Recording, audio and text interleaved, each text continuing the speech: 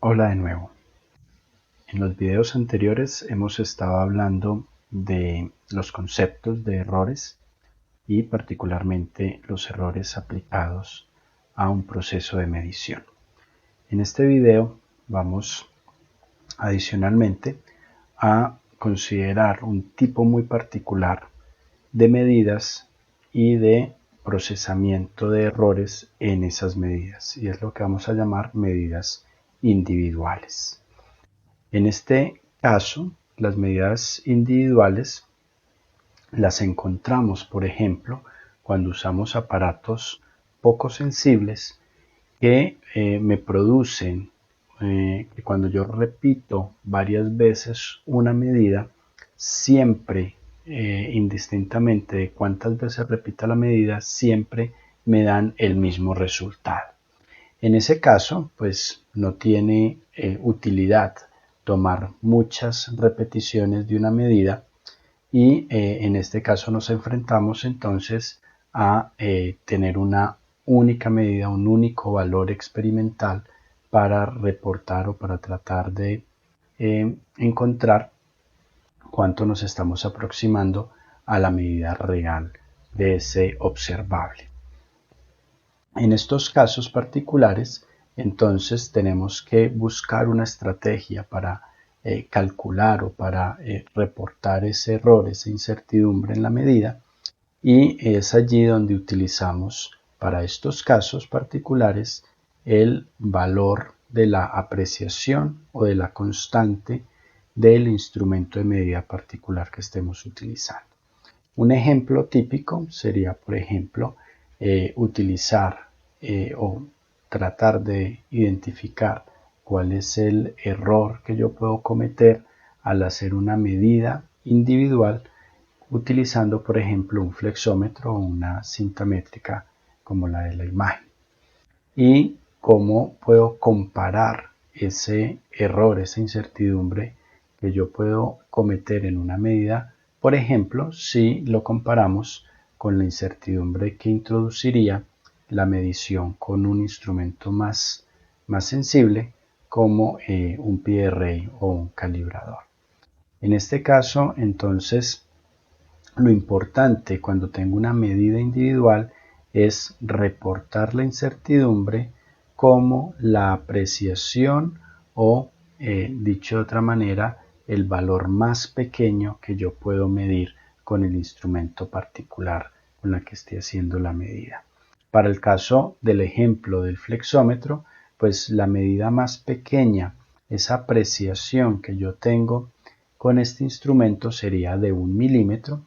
Para un calibrador, que luego en otro video veremos con más detalle, yo puedo alcanzar apreciaciones o esa constante del instrumento puede llegar a ser de 0.05 milímetros o 0.02 milímetros dependiendo del fabricante de ese calibrador. En este sentido, entonces es importante también establecer el concepto de sensibilidad que, digamos, intrínsecamente ya lo habíamos mencionado al comienzo de la diapositiva, y en este caso pues vamos a decir que es la menor variación de la magnitud física que yo puedo medir con el instrumento que yo estoy utilizando en particular. Otra cosa que puede ocurrir que me lleve a que yo solo pueda tener medidas individuales es que por algún motivo yo no pueda repetir el experimento, yo no pueda repetir esa medida sobre esa magnitud física.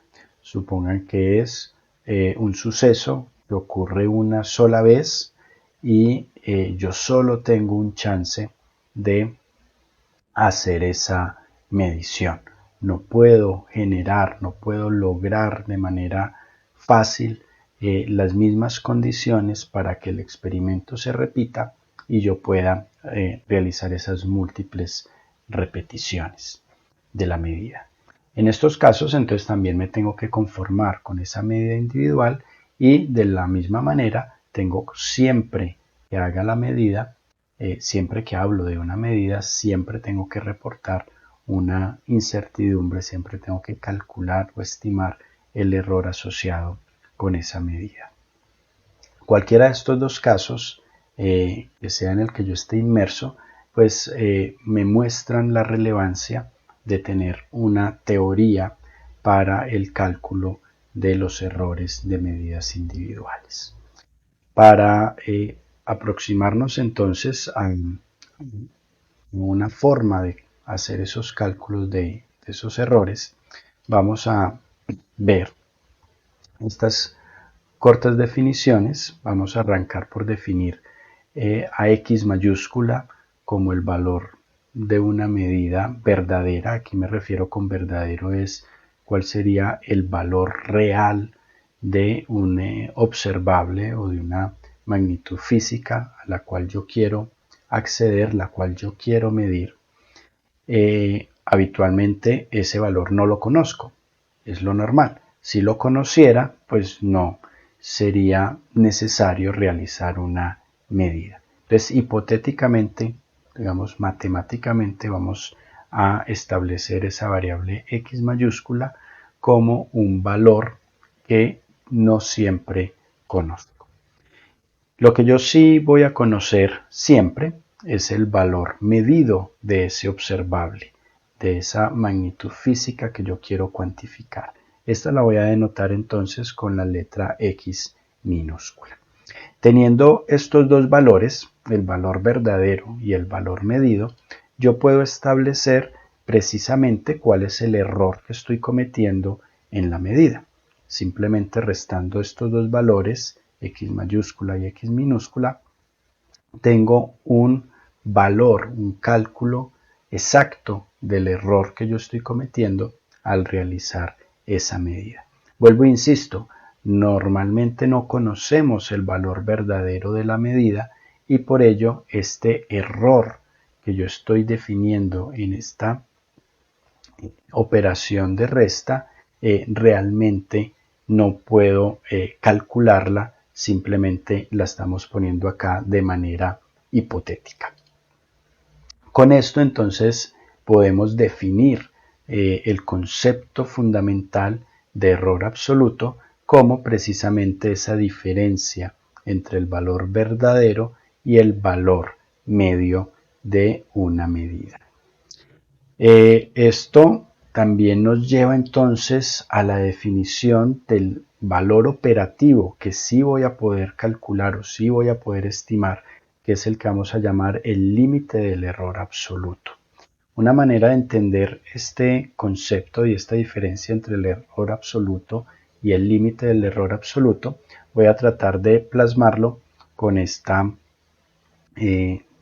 visualización de lo que sería mi valor verdadero en la medida y el valor que yo mido de esa variable. Ya sabemos por la definición que entonces esta diferencia que tengo entre el X mayúscula y el X minúscula es lo que estará definido como el error. En este caso, error absoluto. Pero recuerden, yo este valor verdadero del observable no lo conozco. Lo normal es que yo no conozca este valor real, este valor verdadero del observable. Entonces lo que me queda es buscar una manera de estimar un error límite, este delta de X, buscando que ese error límite me contenga la medida verdadera. En eso es en lo que se basa todas las estrategias de cálculo del error en física experimental o en cualquier ciencia experimental. Es buscar una estrategia de estimar este error, este límite del error absoluto, pero con la salvedad de que ese error esperamos que nos contenga precisamente al valor verdadero de la medida. Si yo logro establecer este rango de este rango alrededor de mi medida o de mi valor medido y puedo garantizar con cierta seguridad de que el valor verdadero está dentro de ese intervalo de error, entonces estoy haciendo una buena estimación de ese error. Ok, habitualmente cuando nos referimos al error de una medida, normalmente no lo llamamos límite del error absoluto y nos quedamos con una simplificación y nos estaremos refiriendo a esta cantidad básicamente como error absoluto. Pero ahora en este punto hay que tener la salvedad de que precisamente hay una pequeña diferencia que conceptualmente es muy importante, y es que el error absoluto estará calculado directamente sobre el valor verdadero de la medida. En cambio, el límite del error absoluto es una estimación de ese error y esa estimación lo que trata o lo que busca es garantizar que el valor verdadero sí esté contenido dentro de ese intervalo. Muy bien, con esto entonces yo puedo tener esta descripción del error y establecer que este error absoluto siempre va a estar contenido dentro del error límite absoluto. Ese es el punto crucial en estas definiciones y en este tratamiento del cálculo del error. Que yo tenga una cuota superior que me cuantifique o que me englobe más bien el posible error que yo estoy cometiendo con la medida que realizo en mi experimento.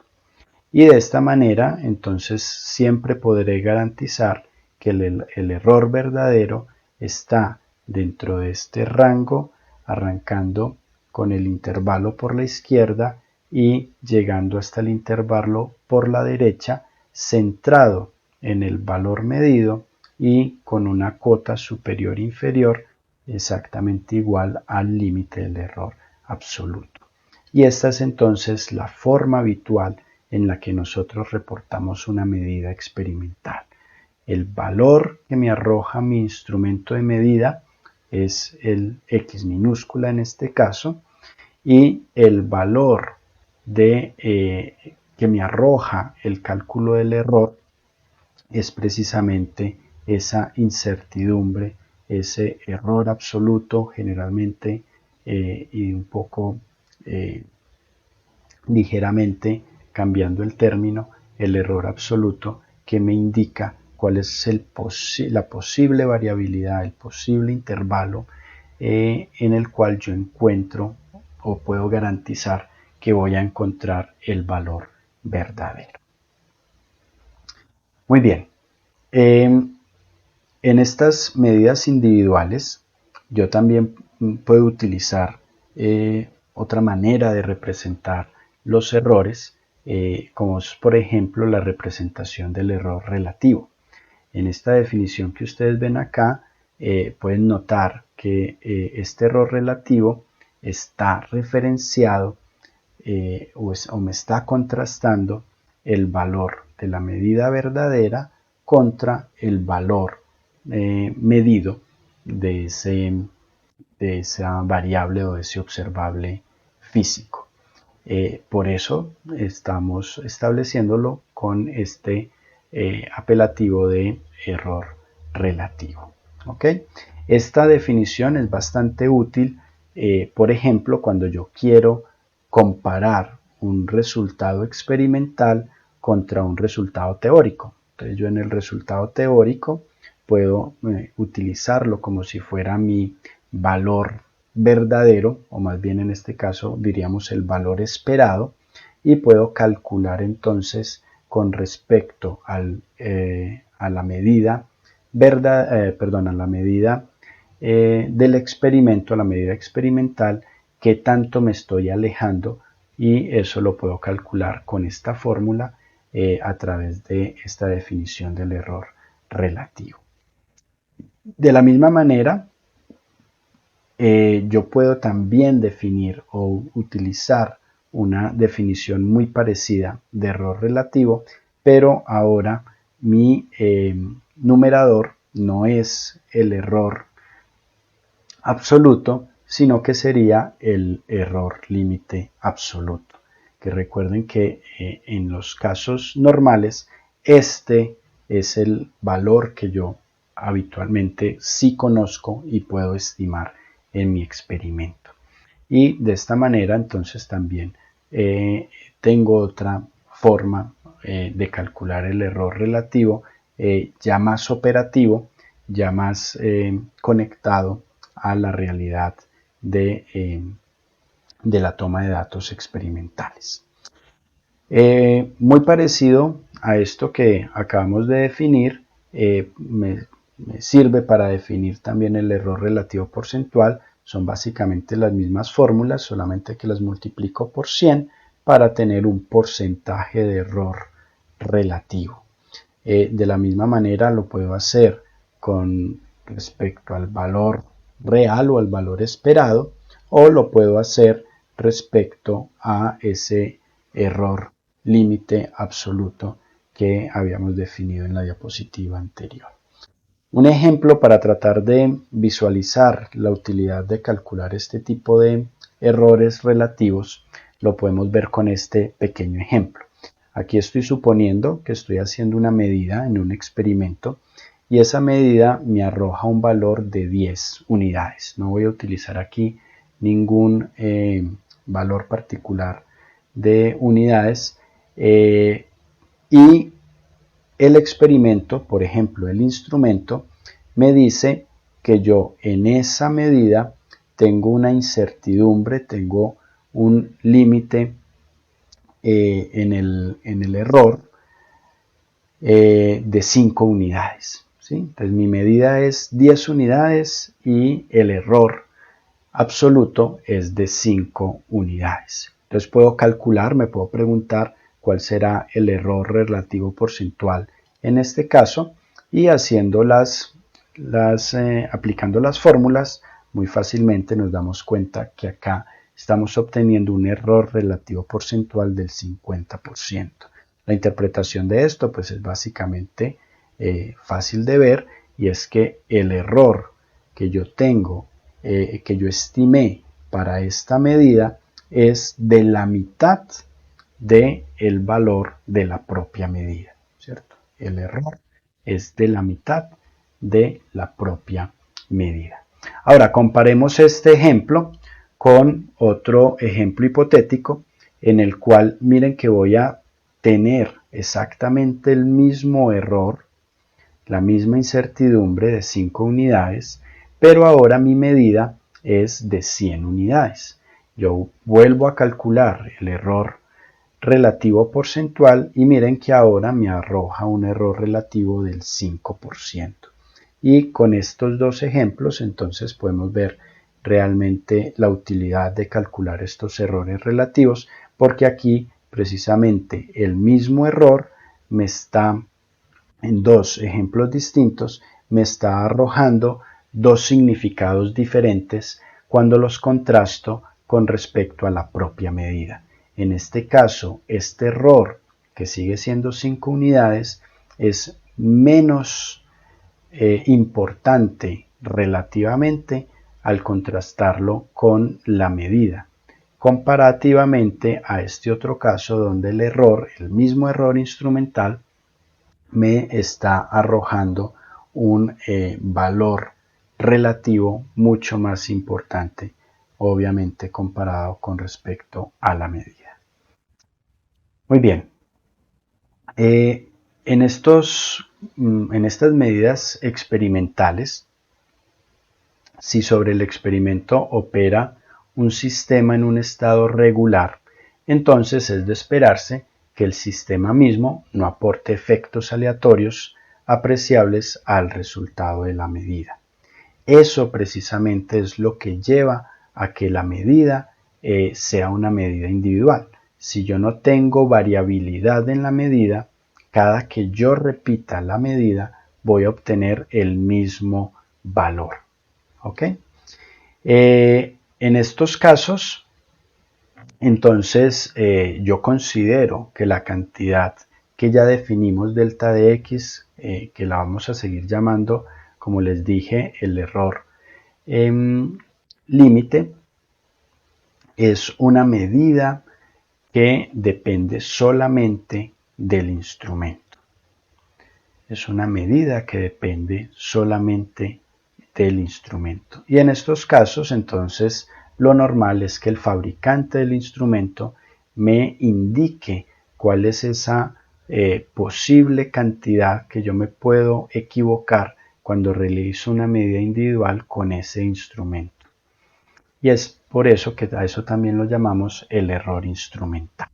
Y nos habla precisamente de la exactitud del objeto, del instrumento que estamos utilizando para realizar la medida.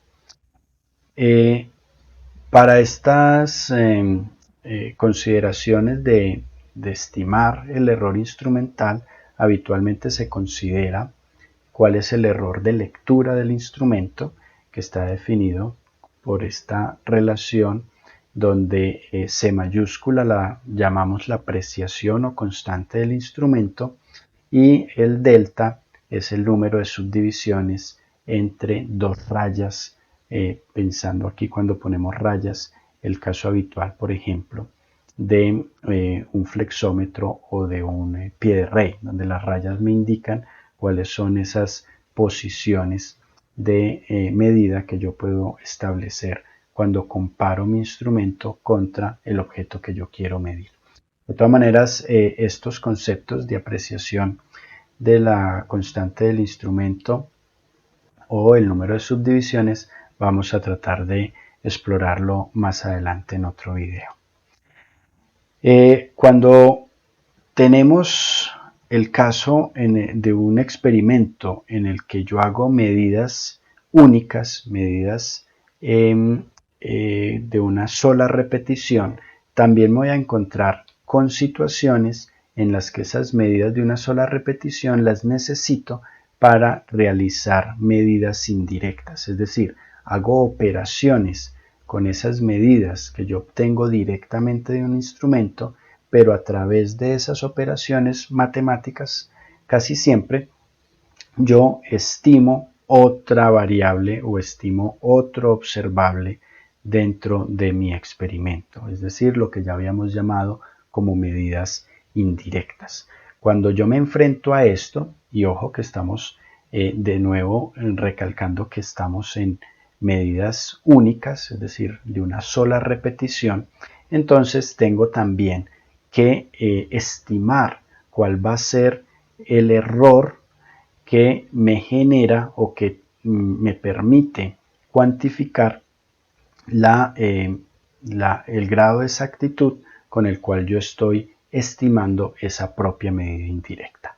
Para tratar de entender un poco mejor esto, podemos hacer el ejemplo en el cual yo tengo dos medidas directas sobre un experimento y cada una de esas medidas tiene un error asociado a la medida. Entonces yo puedo tener la medida A mayúscula, digamos, recordando las diapositivas anteriores, sería el valor verdadero de esa medida, pero como yo estoy haciendo un experimento, yo estoy tratando de averiguar ese valor y por ello tengo la medida, con cualquier instrumento el que sea, la medida A minúscula y una estimación del posible error que yo puedo estar cometiendo a la hora de realizar esa medida. Lo mismo pasaría con la medida directa B mayúscula, que la estimo por una medida B minúscula y una incertidumbre o un error delta de B. Ahora, el valor como tal que yo quiero calcular es la suma de esas dos medidas A y B. Y entonces la pregunta sería, ¿cuál es obviamente el resultado de sumar esas dos variables? Pero desde el punto de vista experimental hay otra cosa asociada, otra pregunta asociada a esta que está aquí, y es ¿cómo será la incertidumbre de esa nueva medida indirecta? La incertidumbre que me sale de aplicar esa operación suma sobre las dos medidas directas. Para tratar de visualizar cómo se encontraría es la respuesta a esa pregunta, vamos a hacer ciertas operaciones, van a ver que es fácil, y básicamente vamos a definir mi operación. La magnitud que yo quiero encontrar es la que llamamos C mayúscula, que será el resultado de sumar los dos observables, las dos magnitudes A mayúscula y B minúscula. Pero ahora recordamos que estamos en un caso experimental, y como estamos en un caso experimental, entonces realmente lo que yo tengo son estimaciones de la medida con sus respectivas incertidumbres. Esto me lleva entonces a pensar en que la medida de esa variable encontrada de manera indirecta también va a tener asociada una incertidumbre. La medida como tal va a seguir conservando la misma definición, que sería la de la suma, pero ahora será la suma de los valores que yo realmente medí con mi instrumento. Muy bien, teniendo esto más o menos claro, lo que nos faltaría sería encontrar una manera para estimar esta incertidumbre instrumental de esta medida indirecta. Y lo podemos hacer fácilmente con el siguiente planteamiento.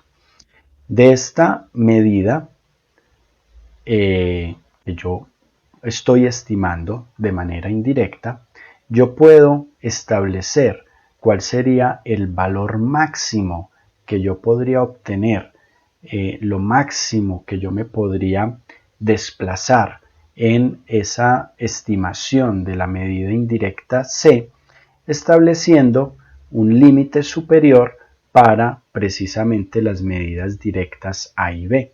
¿Qué es lo que quiero decir? Que el valor máximo que yo puedo obtener o sobre el cual yo me puedo equivocar al realizar una medida de la variable A y de la variable B es precisamente yéndome al extremo superior del margen de error de esa propia medición. En este caso sería tener A más delta de A, y para el caso de la medida B, de manera equivalente, sería tener B más delta de B.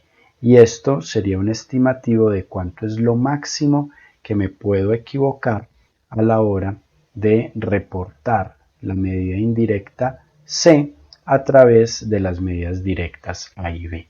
De manera equivalente podría ser una escritura para calcular el valor mínimo de esa misma medida indirecta C. Ahora yéndome a los extremos inferiores, es decir, lo mínimo que me podría arrojar la medida si yo me voy al intervalo inferior del error de esas medidas directas. Voy a quedarme por ahora con el valor máximo, y en este caso entonces también de la misma manera que definí que el máximo estaba asociado al valor superior del intervalo de error, para el caso de la variable indirecta ese valor máximo también estará asociado a el intervalo superior de esa estimación del error. Es decir, cuando me estoy desplazando respecto a la medida, en este caso indirecta, de la C minúscula, cuando me desplazo hacia el intervalo superior del error, entonces estaré estimando o estaré reportando el valor máximo de la medida. ¿Ok? Miren que de acá mi incógnita, lo que quiero encontrar en este momento es precisamente el valor de la incertidumbre delta de C. Para ello entonces podemos operar, hacer una simple operación matemática. Voy a despejar delta de C de esta fórmula y me queda entonces precisamente como el C máximo menos el valor C minúscula, que es el valor estimado de esa medida indirecta.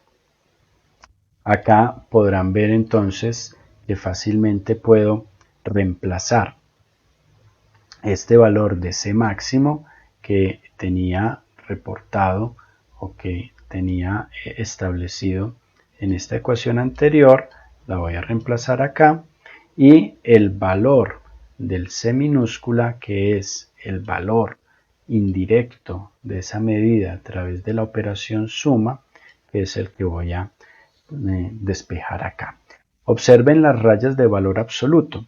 En estos casos, que cuando yo quiero calcular un error, una incertidumbre para una medida experimental, siempre utilizo las barras de valor absoluto, porque eventualmente estas operaciones me pueden dar valores negativos, pero miren que cuando yo reporto el error de una medida, siempre lo reporto con el más o menos, que quiere decir que puedo ir hacia arriba o hacia abajo con respecto al valor central, al valor de la medida, y por ello no me conviene que estos valores de errores me queden en negativos, porque ya la propia forma de escribirlo como una incertidumbre pues me estaría dando esa posibilidad de ir hacia arriba o hacia abajo.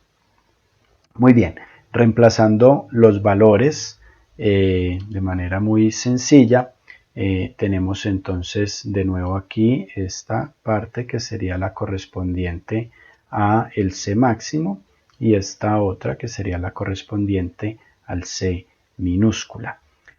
Podemos ver entonces que estas variables A minúscula se cancelan y las variables B minúscula también se cancelan.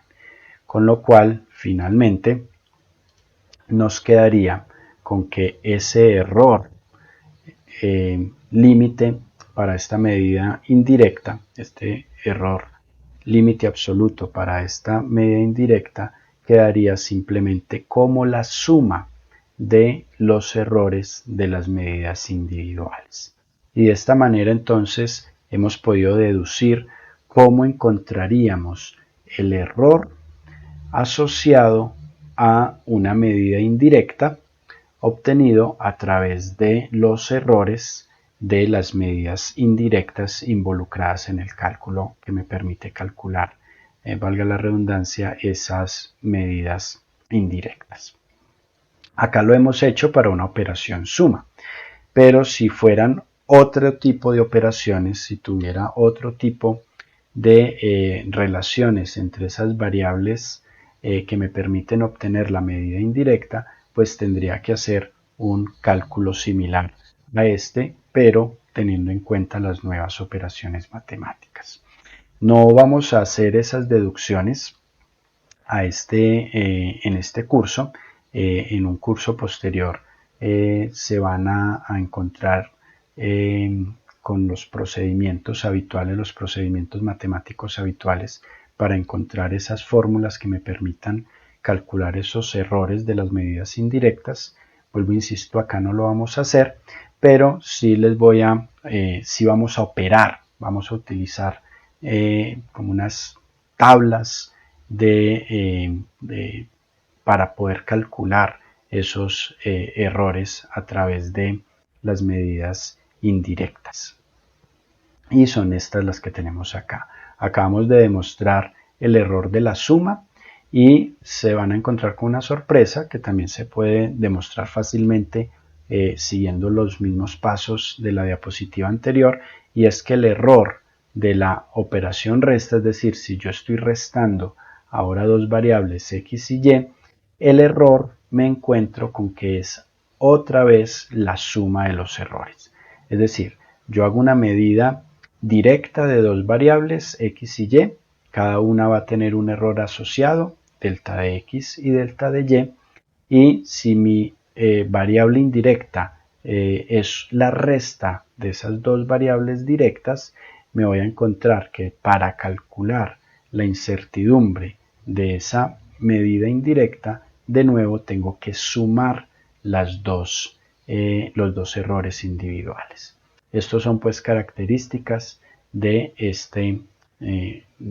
esta forma de calcular los errores en medidas experimentales. Igualmente tienen acá en la tabla cómo se calcularía el error de un producto. De nuevo, estamos suponiendo que x es una medida experimental que tiene asociado un error delta de x. Y es el resultado de una medida experimental que tendrá asociado un error delta de y. Y yo lo que tengo acá en esta fórmula es cómo calcularía el error asociado a tener que multiplicar esas dos variables x y y. Y esta sería entonces la fórmula que me resulta. Lo mismo pasaría si tengo una división, si tengo una raíz cuadrada, si tengo la operación logaritmo natural sobre una variable, una función potencia, es decir, que mi variable está elevada a una potencia a cualquiera, y acá incluso una combinación entre producto y división. Y tengo asociadas cada una de las fórmulas que tengo que utilizar para estimar el error que saldría de esa medida indirecta. ¿Okay? Muchos de ustedes notarán que esto se parece mucho a las fórmulas de derivadas. Por ejemplo, la derivada de una división, esto se parece mucho. La derivada de un producto, esto se parece mucho. Más adelante, en otro curso, cuando vean precisamente las deducciones de estas fórmulas, se van a dar cuenta que precisamente estas fórmulas se calculan, estos errores de variables conectadas por este tipo de fórmulas se calculan precisamente a través de derivadas. Entonces ahí van a luego recordar y notar esa conexión. Otro grupo de posibles funciones que necesitamos habitualmente, una de ellas es por ejemplo esta, que es bastante interesante, y es que ¿qué pasa si yo a una variable, a una medida, la multiplico por una constante?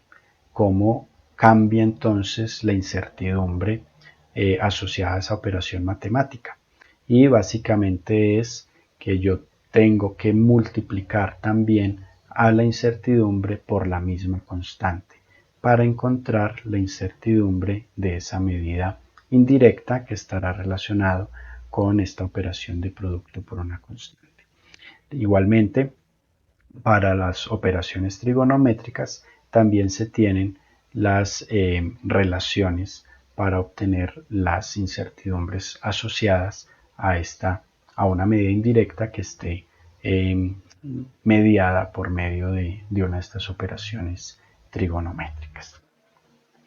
Muy bien, con esto cerramos este video, no sin antes comentarles que esto es solo un grupo de las posibles fórmulas que se necesiten para encontrar las incertidumbres de medidas indirectas y que ustedes pueden consultar en otros textos en internet, otras fórmulas para otros casos. Y de la misma manera que en ciertas ocasiones yo puedo tener combinaciones de diferentes conjuntos de operaciones y yo puedo utilizar estas mismas fórmulas de esta tabla para de manera sistemática ir aplicando esas operaciones e ir obteniendo las incertidumbres que se van generando al aplicar estas operaciones. Y ya para terminar, simplemente establecer que cuando nosotros hacemos estas operaciones para obtener esas medidas de esas medidas indirectas provenientes de medidas individuales, lo que vamos a estar diciendo es que estamos aplicando unas reglas de propagación de errores, que es entonces como vamos a llamar normalmente y habitualmente a estas operaciones. Vuelvo e insisto, estamos hablando de medidas individuales que hago directamente sobre un experimento y luego esas medidas individuales las utilizo para calcular variables indirectas o para obtener medidas indirectas. En ese caso, la incertidumbre de esa medida indirecta la obtengo utilizando estas reglas de propagación de errores que tenemos establecidos en esta tabla. Ok, nos vemos en otro video. Muchas gracias.